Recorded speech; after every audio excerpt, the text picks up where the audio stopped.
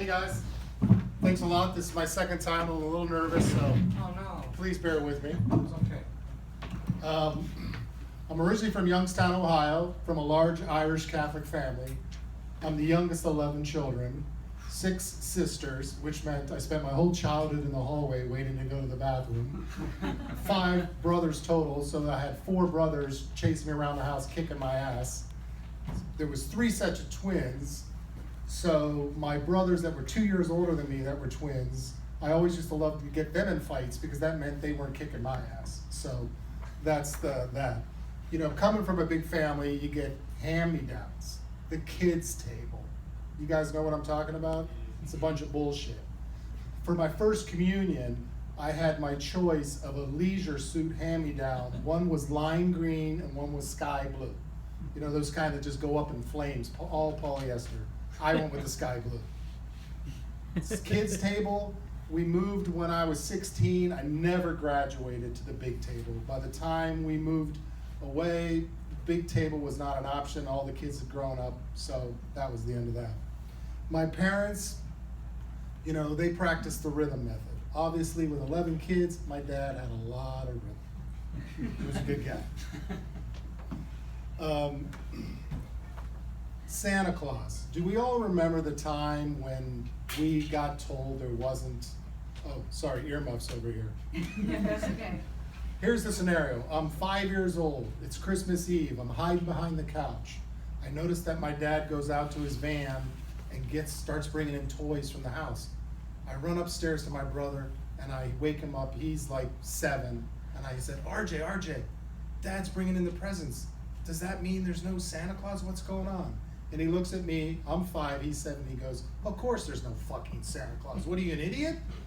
So that was my awakening to, you know, the Easter Bunny, Santa Claus, all those guys. My sisters used to call me Bratrick. My real name is Patrick, but they used to call me Bratrick because they thought it was so funny because I used to exploit money from their boyfriends. If I would wait for the boyfriends to come over, I'd catch them making out on the couch. I'd pop up and say, I'm telling Dad. And they say, oh, please don't tell your dad. He's a mean guy. We don't want to, you know, screw with him. And I'd say, okay, I won't tell if you give me a quarter. So that's how I used to make money when I was a little kid. We had one of those family station wagons, you know, with the wood paneling things. My mother used to take a half hour to get all 11 kids in the car. You know, she'd start rounding you all up. And people would say, I don't want to go, it's not going to be any fun. And she would just say, well, you're not going to have a good time unless you bring a good time with you. This thing had a St. Francis medal hanging from the rearview mirror. And I used to say to my mom, what is that thing doing up there? Why do we have that? And she said, honey, that's the only thing holding this car together. You know?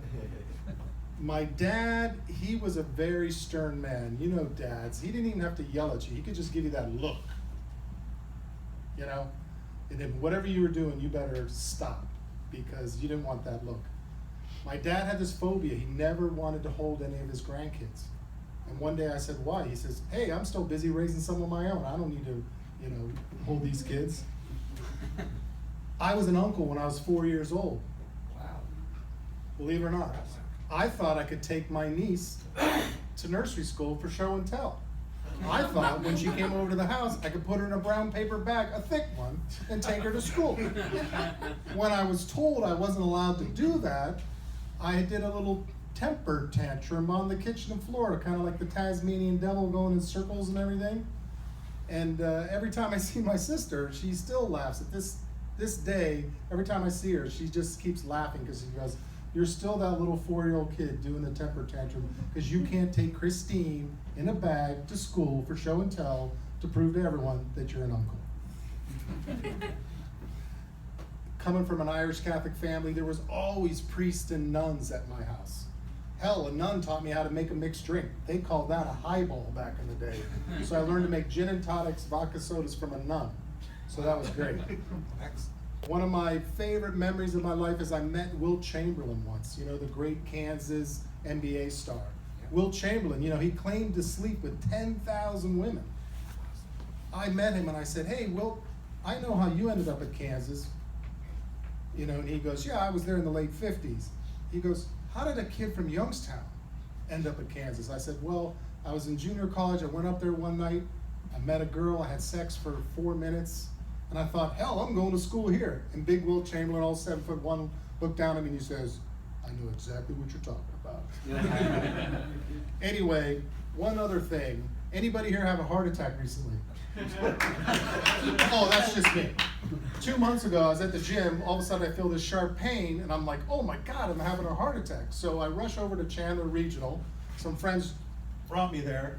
I get in there, and they're like, sir, you're having a massive heart attack, and your LAD. You know, we call that the Widowmaker. And that was when I was like, holy shit, I'm going to meet my maker. And they go, no, you'll be fine. We'll take care of it. This doctor's going to come in. So the doctor comes in. He looks at me and he goes, oh, we got a Widowmaker on our hand. And I'm like, oh my God, well, everyone quit mentioning that word Widowmaker. It scares me. So the doctor leans over to me and he says, hey, well, I'm going to take care of you. And I said, even though you got a Widowmaker. And I was like, oh, thank you. And he goes, are you married? And I said, no, I'm divorced. He goes, don't worry, I'll save you anyway. So that was my introduction. I had a follow-up surgery where they did a thing up my arm.